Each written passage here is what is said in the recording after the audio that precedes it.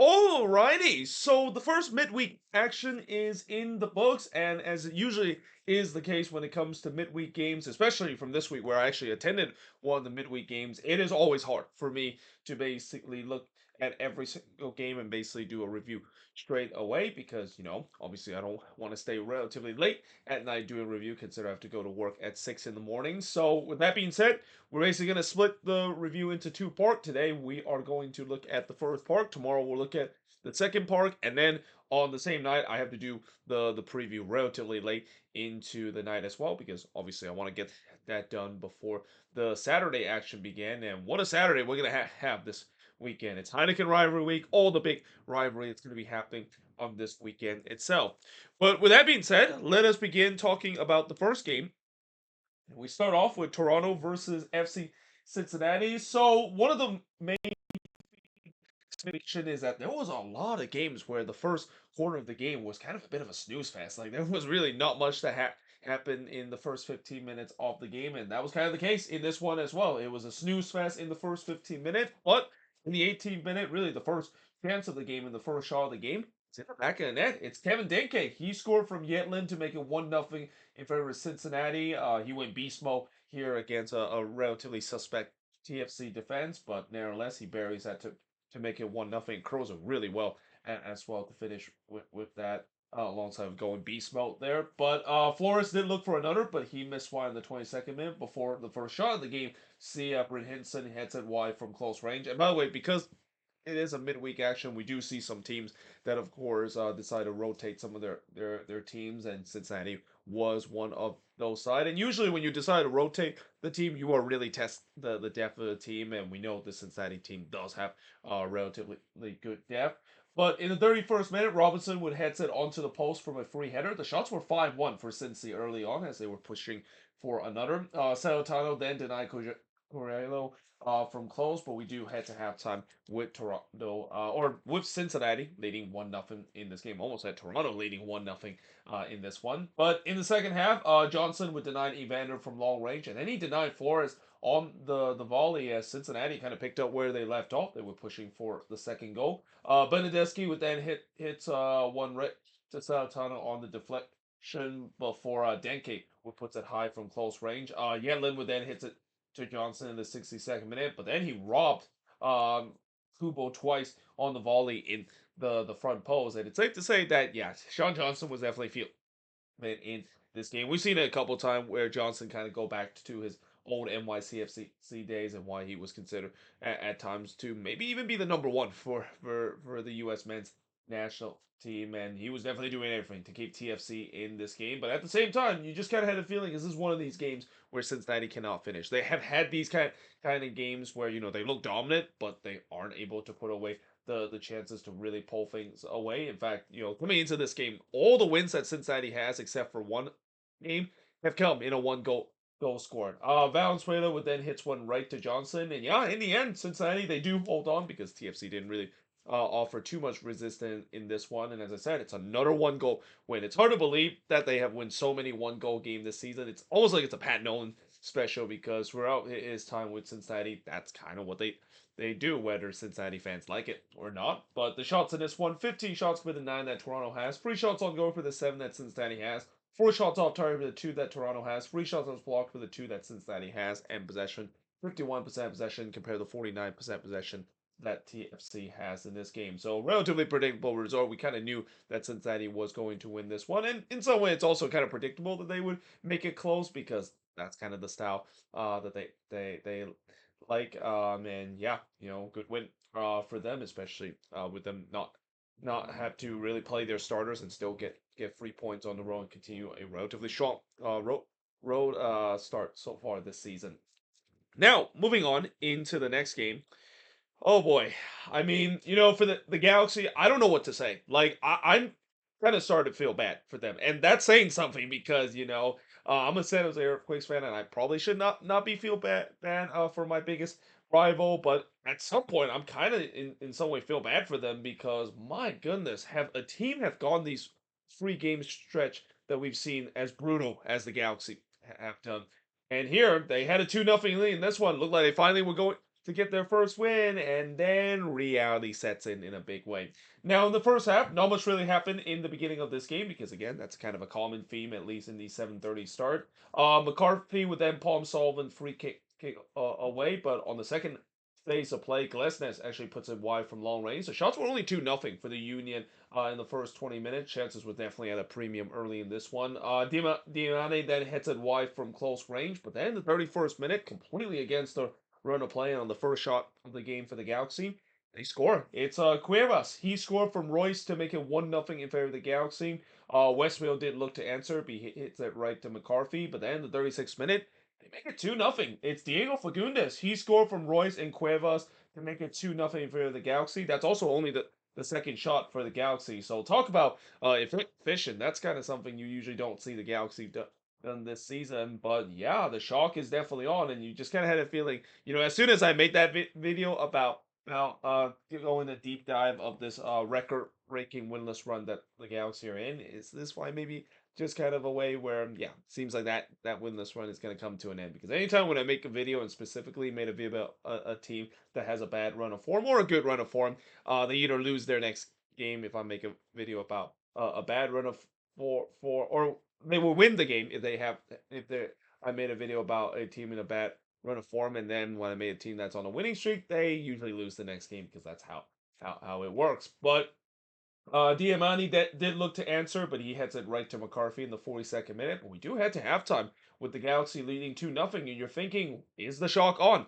Well, no, because in the 48th minute, the Union would get one back as Nathan Harriel would score from Glesnes and Wagner. They actually originally gave this to Glesnes, but on the replay you can see Harriel actually got the redirect there. I don't think he knew a lot about the redirect, but nevertheless, it's in the back of the net, and it's also thanks to some really woeful set piece defending from the Galaxy. And then 2 minutes later, the Union ties the game up. It's Ty Baribo. He scored from John Jack to tie the game up at 2 apiece, and you just kind of had a sense that, yeah, here we go again for the Galaxy, isn't it?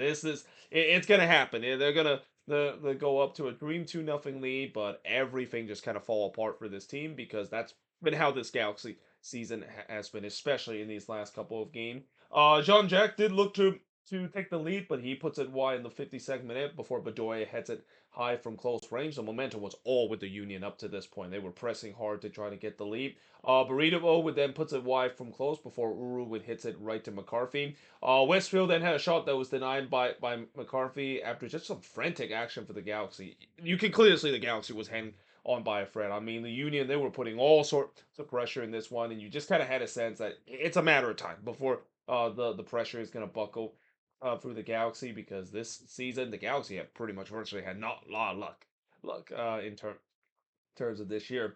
Jean Jacques would then hits it wide from close range. Ramirez did try to steal one late in the 90th minute, but he hits it wide on a rare opportunity for the Galaxy. But then in the 6th minute of stoppage time, yeah, pain continue for Galaxy fans as Ty Baribo would score his second goal of the game from Uru to complete the comeback in this one, and that would be the final score in terms of it being 3-2 in favor of the Union. Complete the 2-0 comeback and score 3 straight goals.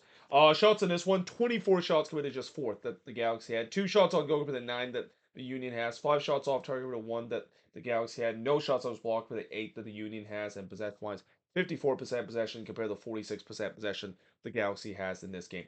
I have not recalled a team have suffered this bad of a luck and this painful for of a game stretch that I've ever seen an MLS team. I mean, you look at this 3 game stretch where they went to a game where they lost without conceding a single shot. The first time that has happened in MLS, and then the very next game getting absolutely drilled in the MLS Cup rematch 7-0, and then this one them having a 2-0 lead, thinking things have turned, and then just completely collapse in the second half of this game. I mean, as I said before, I don't know what you can do if you're the Galaxy. Like this team, you can clearly see that this team has not only no confidence whatsoever, but the confidence might as well just be absolutely shot right now. And you just kind of had a sense that, I know this might be unthinkable, especially for a head coach that just won an MLS Cup.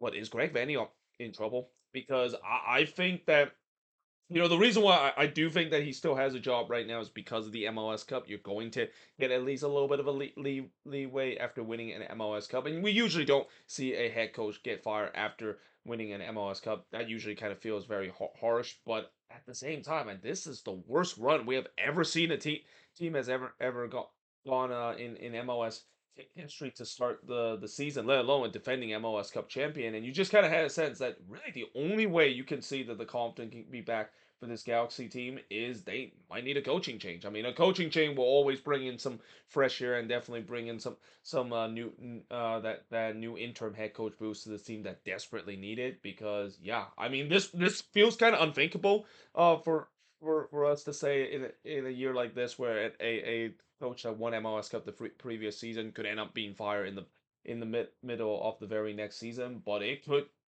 be a reality, especially with the way that yeah things have just completely fall apart for this Galaxy team right now, and I feel bad for Galaxy fans in many ways. I mean, I think the next game when they play against LAFC, I think that is a game that I mean, if there is good news for the Galaxy, is that I think that game against LAFC, that game actually should really help them to at least gain some confidence because in a big game like this, as bad of a run as this team has been in the last three games, now that you get to play against your most hated rival, I mean you have to be up for it in that game, even with how bad your record is. So in some way, I think the El Trafico game kind of comes at a good time for the Galaxy to kind of gain some confidence in that if they can win that game, then all of a sudden they can pretty much forget all about the pain that they had in the last couple of games. But for now, I mean, just brutal in terms of the stretch that this Galaxy team has gone, not only to begin the season, but really these last three games itself. But moving on, in the next match, it is Orlando versus Charlotte. So talk about another team that's going for a brutal run, and that of course is Charlotte. I mean, they just simply cannot win road games right now this season, and that's got to be a concern. If you're a Dean Smith side, consider the next 8 out of the next 10 is going to be on the road. Now, in the first half, Montreal would put the ball into the back of net. The problem was the flag did not agree with him, so the goal was disallowed for offside. But 6 minutes later, he would put the ball into the back of net, and this time it would count. As he scored from Arujo and Breckerlow to give Orlando a 1-0 lead. It's the second week in a row where Kalina has committed a conceded goal that yeah he absolutely should have saved, and that's got to be concerned if you're Charlotte, knowing the fact that I mean right now there's got to be a lot of concern for Charlotte, but there's definitely concern now that if your goalkeeper of the year are starting to make mistake like that, this is something we did not see Christian Kalina made at all last season. He's considered to be the best goalkeeper in the league, and I still he's one of the best in the league. But man, these last two games with these soft goals like that is very unKalina like, and it's no wonder why when Kalina is making a mistake like this, Charlotte is definitely not having a good run in these last couple of games. But in the 16th minute, Moriel looked for another, but he hits it right to Kalina. Orlando was definitely feeling it early. They were pressing to get that second goal, and they did exactly that. And guess who? It's Martin Ojeda. He is red hot right now. He cannot stop scoring goals. He scored here to make it 2-0 in favor of Orlando. That two-goal lead would be short-lived, as in the 10 minutes later after the goal, Wilfred Zaha would score from Westwood and Tokamati to make it 2-1 in favor of Charlotte. I believe that's the first goal that Wilfred Zaha has scored from open play. He has scored a couple of goals so far. Well, actually, no. I remember, didn't he score one in his debut as well from open play? I think this is his second goal as well from open play because he's scored a lot of goals from the penalty spot as the designated penalty kick taker. But nevertheless, there was hope for Charlotte as the lead was cut down to half. There was a shout for a penalty for Orlando as Muriel thought that he was brought down by Privet in the box. They did kind of had a brief look to see whether that's the case, but VAR says there was not enough to overturn that. Westwood would then flash it wide from close before Ojeda puts it over from long range, and then Tukamati would put it wide from close range. Both of these teams were definitely pushing to try to get that next crucial goal before halftime, but we do head to halftime with Orlando leading 2-1. In the second half, Ajiman would miss wide pretty close. Not much chances really kind of start in the beginning of the second half, which that kind of favored Orlando, who are trying to seize this game out. Pep Biel would miss an absolute sitter in the top of the box and hits this one onto the post. Yeah, for Pep Biel, I know he doesn't seem like he's 100% back to his competitive edge, but deep down he's got to put that one in. He usually put that one in 10 time.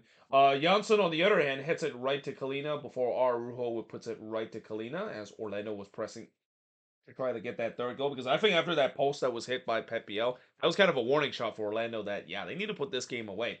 And they did exactly that in the 82nd minute as Enrique pretty much shut the door on Charlotte in this one from Brecalo to make it 3-1 in favor of Orlando City. So Brecalo having a pretty good night, getting a helper and also a secondary assist in the first goal as well. But yeah, in the end, Orlando wins 3-1 in this one. The shots in this one, not a lot of shots. 10 shots compared to 9 that Charlotte has. Only one shot on goal compared to 6 that Orlando City has. 2 shots off target for the 4 that Charlotte has. 2 shots on block for the 1 that Charlotte has.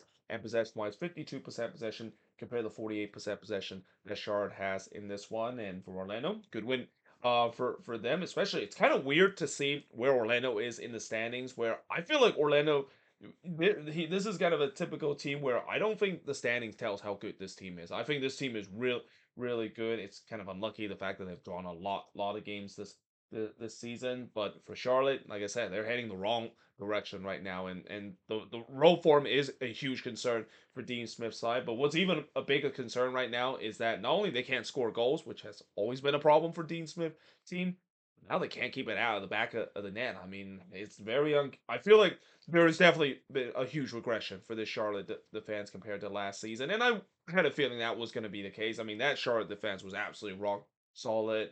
You don't expect that to be the case 2 years are running, and we're kind of starting to see that, and even the goalkeeping has been started to been a bit of a regression as well. Now, moving on in the next one is Columbus and Montreal. So it's not very often I say a road team coming out of the game getting a point will feel like the more disappointing side, but that's kind of how this game turns out because, for Wilfred Nancy, every time we may play against Montreal, he always tends to get the best out of his former employee, but not tonight. I mean, they had their moments to win this game, but they walked away with a bit of a disappointing 1-1 draw against Montreal. Now, for the first 16 minutes, nothing really happened because, like I said, that's kind of the theme of some of these midweek games. The first shot of the game, see Gastag puts it over from long range before the first shot for Montreal. See Petresso shot that was deflected wide, but on the second shot for Montreal and on the second shot that Petresso put, he did not miss the target as he scored here for his first career goal for Montreal from Owusu and Herbert to make it 1-0 in favor of Montreal. Shaburko did look for the instant response, but he missed wide from long range. But we do head to halftime with Montreal leading 1-0, and maybe a little bit of a surprise seeing that maybe Montreal can get another their win, knowing that they're fresh off finally getting their first win of this season just this past weekend against NYCFC. Now in the second half, Russell Rowe puts it wide from long range before Gastag had a shot that was deflected high. Columbus was definitely on the front foot, looking to try to get the equalizer. Pierce would then puts it wide from the free kick before Jackson would hit it right to Siwas in the 53rd minute. But then in the 63rd minute, Columbus does ties the game up as Russell Rowe would ties the game up at one apiece, but it was an absolute gift. I mean, just a bad back pass there for Montreal. Siwas did come off his line to trying to get to it, didn't quite do so, and Russell Rowe basically just got an empty net. Scored probably one of the easiest goal he will ever score in his career, and just like that, the game was tied up at one apiece. Letary did look to response, but he hits it right to Schulte before Morera would hits it right to Siwas in the 79th minute. Siwas then denied Russell Rowe from close after just another brutal turnover from Montreal. Yeah, Montreal was being very sloppy at the back. It's almost like they're trying to give Columbus the win in this one. And again, for Columbus, the question is, can they win it? Because they're giving the chances to do so because of the sloppy mistake by Montreal defense. Well, Arson tried to do so in the 90th minute, but he puts it wide from close range, and that was the last chance of the game. As in the end, it's a 1-1 draw in this one. Shots in this one, only 4 shots compared to 14 that Columbus had. 4 shots on goal for the 2 that Montreal has. 1 shot off target for the 5 that Columbus had. Both teams had 1 shot that was blocked, and possession-wise, 57% possession compared to 43% possession that Montreal has in this game. And like I said, it's not very often I say the away team will be the more disappointing side coming out of the game that is not coming out off of a loss. But I kind of feel like this is kind of the case. I mean, for Columbus, this was an opportunity for them to get 3 points against a team that they seems to always get 3 points when Wilfred Nancy is facing against his former side. they just couldn't finish in this game. And for Montreal, even though they didn't play relatively well in this game as well, there's got to be some confidence you can see with this team after finally getting their first win of the season. That even with this not being a win, they'll be happy the fact that compared to the other game that they play against Columbus, where it's been mostly pain for them, and the front office is definitely regretting big time of letting go of that guy that is now coaching for Columbus. At least they're happy the fact that they got a resort and at least not lose to their former boss in a game. But that being said, I am now going to just switch the board manually because why not? There's really no need for me to kind of switch the board while stopping the video. I've done it many times before. I'm going to do it again. But yeah, we're looking at the last three games, part number one.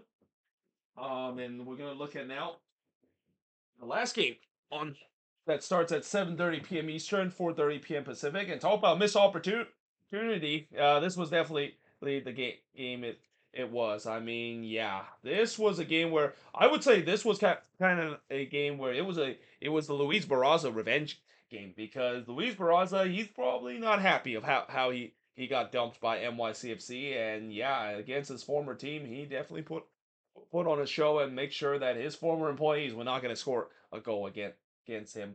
But the first shot of the game in the 11 minutes sees the post deny Martinez from close, but on the rebound, Wolf have a chance on the volley, but he puts this one out wide. Again, not much chances happen at least in the first 25 minutes in this game. Barraza would then deny Pereira on the doorstep of goal. Fernandez then puts it wide from close, and then Barraza would deny Martinez after just a bad giveaway there from DC. No doubt NYCFC was pressing to try to get the opening goal with some sustained pressure, but up to this point, they couldn't solve Barraza. Pereira would then hits it right wide from close. The shots were 7-1 for NYCFC, so they were pretty much dominating up to this point. Kojima with a rare DC chance, but he puts this one over before Barraza denied Martinez from close. Yeah, Alonso Martinez is going to have nightmares of Luis Barraza, his former teammate, because Barraza, like I said, he's definitely having a vendetta against his former team, and that can happen when you're facing against your former team, especially of the way that you were let go by your former team in a mutual way. Yeah, you know that you definitely want nothing more than do well against your former team, and that was kind of the case with Luis Barraza. He was a man on a mission just to make sure that his former employee is not going to get a win or even score a goal past him, making some big save after big save to keep this one scoreless. Fernandez would then puts it wide from close, but we do head to halftime, scoreless between both of these teams. In the second half, more big save from Luis Barraza. He absolutely robbed Shore on a free header from the corner. Wolf would then miss wide from close before Barraza would deny Martinez in the front post because that's just kind of how the story was tonight. NYCFC was definitely picked up where they left off, but again, they cannot solve Barraza. He was definitely having a revenge game to remember in this one. He was refused to be beaten. O'Neal then clipped the outside of the post in the 65th minute before Freeze, who been relatively quiet in this game, he denied Zuhair of a long range effort, and then he absolutely robbed Shaleg from point blank in the 79th minute. So, well, I know Barraza is going to get the headline. Freeze are saying, not so fast. I want to also get into the goalkeeping battle action to keep this one at 0-0. Pereira then puts it wide from long range in the 86th minute. Yeah, it was a brutal game for Andre Pereira, and it's been a disappointment for him ever since he's joined NYCFC. And speaking of disappointment, you just kind of had a feeling that yeah, it's not going to happen for NYCFC. They just cannot put the ball in the back net, cannot solve Peraza, and as a result, it ends in a 0-0 draw in this one. And the shots in this one, I believe I actually got this one backwards because there was no way DC had 13 shots compared to 7 that NYCFC had. I actually think I got this one backwards, but yeah, 7 shot compared to 13 that NYCFC had, 6 shots on goal for the 2 that DC had, 1 shot off target to the 3 that NYCFC had, 2 shots that was blocked for the 3 that NYCFC had, and possession, 45% possession compared to 55% possession that DC has in this game. And yeah, just like what I said about Columbus, NYCFC would absolutely be feeling frustrated that they did not get all 3 points in this one, and especially this was a winnable game too. I mean, against a DC team that, yes, I know that DC has had some good resort, but they also come out with a 2-0 loss against one of the worst team in the East in Toronto FC. So this is a beatable team, and the fact that they're not able to do so, and especially after you coming off of an embarrassing loss against Montreal and hand Montreal their first loss at home, yeah, things are not going well so far for Pascal Janssen's side these last couple of weeks. Which kind of also makes me wonder how the hell did they beat Cincinnati at home a couple of weeks ago. Now, moving on into the next match is Nashville and the Red Bulls. And I gotta say, I gotta give credit to Nashville where it's due the fact that I think they're now starting to defeat the narrative of this being an unpredictable side. I think for the first time in these last couple of weeks, they've started to show some more consistency and started to go on a bit of an unbeaten run because yeah, they won this one against the Red Bulls, and they look like they got the opener just 8 minutes in as Sam Surridge put the ball into the back of net. Problem was the flag did not agree with him as the goal was disallowed for offside, and it was close, but I think it was the right call. Though the fans didn't think so. They immediately told the referee that he sucked after that goal was chopped off because of offside. That also would be the only shot for the first 30 minutes of this game. In fact, you wouldn't even count that as a shot because it was disallowed for offside. Yeah, it's another one of those games where not much happened early in this game. 31st minute, Palacios with heads it wide from the corner, but in the 34th minute, Jaspak would be on target. He scored from Surridge and Lovitz to make it 1-0 in favor of Nashville. Surridge then looked for the second, but he was denied by Cornell. And then Cornell denied Mule as he had a chance on the doorstep of goal. The momentum was all with Nashville up to this point. They were pushing to try to get that second goal. Mukhtar would then hits it right to Cornell, but we do head to halftime with Nashville leading 1-0. In the second half, Schaffelberg would puts it wide from close. Kind of had a sense that Nashville picked up where they left off. However, in the 56th minute, completely against the run of play, Choupo-Moting would score from Harper to make it 2-1, or yeah, make it 1-1 in this one. I kind of spoiled a little bit in terms of the score, but yeah, Choupo-Moting, we know how good he was in that 7-goal thrashing that the Red Bulls had against the Galaxy, and he was on target here again. And yeah, that was only the second shot for the Red Bulls, and again, completely against the run of play because up to this point it was all Nashville in this one.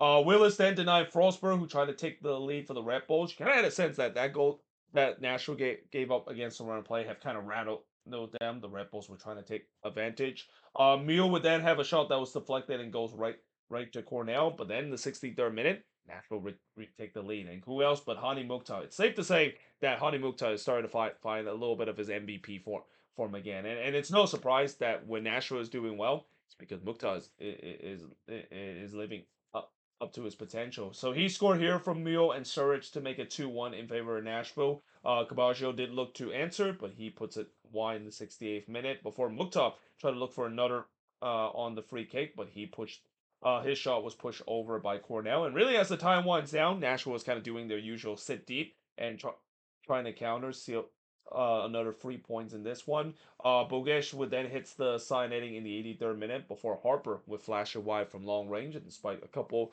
of chances late in the game for the Red Bulls, Nashville hold on. They win 2-1 in this one for the first time this season. They've really started to find some consistency, and not to mention Geodis Park has started to become a bit of a fortress. Not a lot of team this season has been able to walk into Geodis Park and get all 3 points. Shots in this one, 13 shots with a 7 that the Red Bulls had, 2 shots on goal for the 6 that Nashville has. Both teams had 3 shots off target, 3 shots on blocked with the 2 that the Red Bulls had, and possession-wise, 55% possession compared to the 45% possession that Nashville has in this game. So yeah, I mean, you kind of had a sense that this was a predictable letdown for the New York Red Bulls after that 7-goal thriller or that 7-goal thrashing that they had against the Galaxy. You knew that they were going to have a little bit of a letdown coming into this game, especially against a good team like Nashville at home in this one. And yeah, they're going to have to try to bounce back heading into the weekend, especially facing against their New York rival NYCFC. But like I said, for Nashville, BJ Callahan is definitely cooking these last couple of games, especially at home this season. Speaking of a team that had a letdown, I knew it. I knew that the Loons were going to have a letdown coming into this game against the Dynamo. And honestly, I think this is a classic example of Eric Ramsey overlooked the Houston Dynamo because I think when I look at the lineup of the fact that he decided to almost put a second team in this one, thinking that, yeah, that should be enough to beat the Houston Dynamo, right? Nope. In the first half, as expected, Houston had all the possession. The makeshift Loons team was just kind of sitting deep and defend. The first shot of the game did see Dane Sinclair denying Ponce from close before he heads it wide from close in the 16th minute. The shots were 5-0 for the Dynamo up to this point. It was all Houston up to that point. But really, they haven't created too much dangerous chances. I mean, besides that one save that Dane Sinclair has, they really kind of kept quiet, which is not a big surprise because this Dynamo team, their offense can be a struggle at time this season. Bartlow would then miss wide on the header before McGlynn puts it high from long range, as the Dynamo would definitely start creating some more dangerous chances. While the shorthanded Loons, they were just stuck in their own half. And again, this is a game when they don't have their starter, don't have their dangerous weapon like Pereira and Lud. It is no surprise that they were really struggling trying to go on the transition. And just as I thought that maybe the Loons did enough in terms of sitting deep and hope that they can ride out with a nil result until the starters there it comes. Yeah, they can see the goal right on the stroke of halftime as Ortiz would score his first career MLS goal for the Dynamo, and yeah, there was some ball watching defending there from the Loons in the back post. Just not great defending whatsoever from Minnesota. And just like that, Houston took advantage. They lead 1-0 heading into the second half. In the second half, Dane Sinclair denied Linger from close before he denied McGlynn from long range. It was pretty much from what we saw in the first half, where Houston continued to dominate the game. The Loons continued to have trouble in terms of creating any chances, and this is kind of where I'm begging Eric Ramsey. Yeah, he's got to put the starters in this one. I mean, it is just not working right now. Bond did deny Diaz, as that was really the first real threat that Minnesota had in this one. The good news, at least for in my case, I'm glad that Eric Ramsey finally brought the starter, although in the 65th minute, I thought that was maybe a little bit too late. He probably should have brought the starter in the second half. And I understand that, it is a midweek game, and I understand that you want to maybe test your depth to see how it is, but I think after this game, it is pretty clear that the depth is not there whatsoever from this Minnesota team. And that also kind of makes me really concerned too, because heading into the summer where I expect this team is going to lose a couple of big name players as well. Oh boy, is this going to be something like last season when they had a really rough patch of form in the middle of the season? And a big part of that rough patch of form is because they were missing so many players due to international duty, and the depth is just not there with this team right now. Linger would then hits it right to Dane Sinclair before Olo Ishayi would miss high from long range. But then in the 77th minute, Houston would pretty much shut the door as Andrade would score his first career MLS goal. So a couple of Dynamo players scoring their first career MLS goal in this one. And again, this was just not great defending from the Loons in this one. This definitely was not a. I mean, I know some Minnesota fans said that for the most part they defended very well.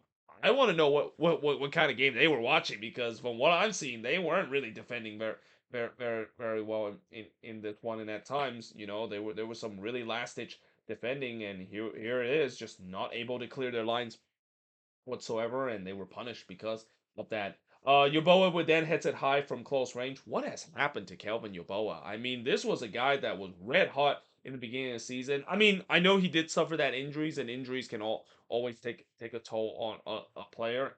But I'm really hope eventually Yoboa can get back to the form that he was in the beginning of the season, even last season as well. Because my goodness, this has been rough to watch ever since he come back from that injury. He has just not looked like the same player as he was when he came to this team.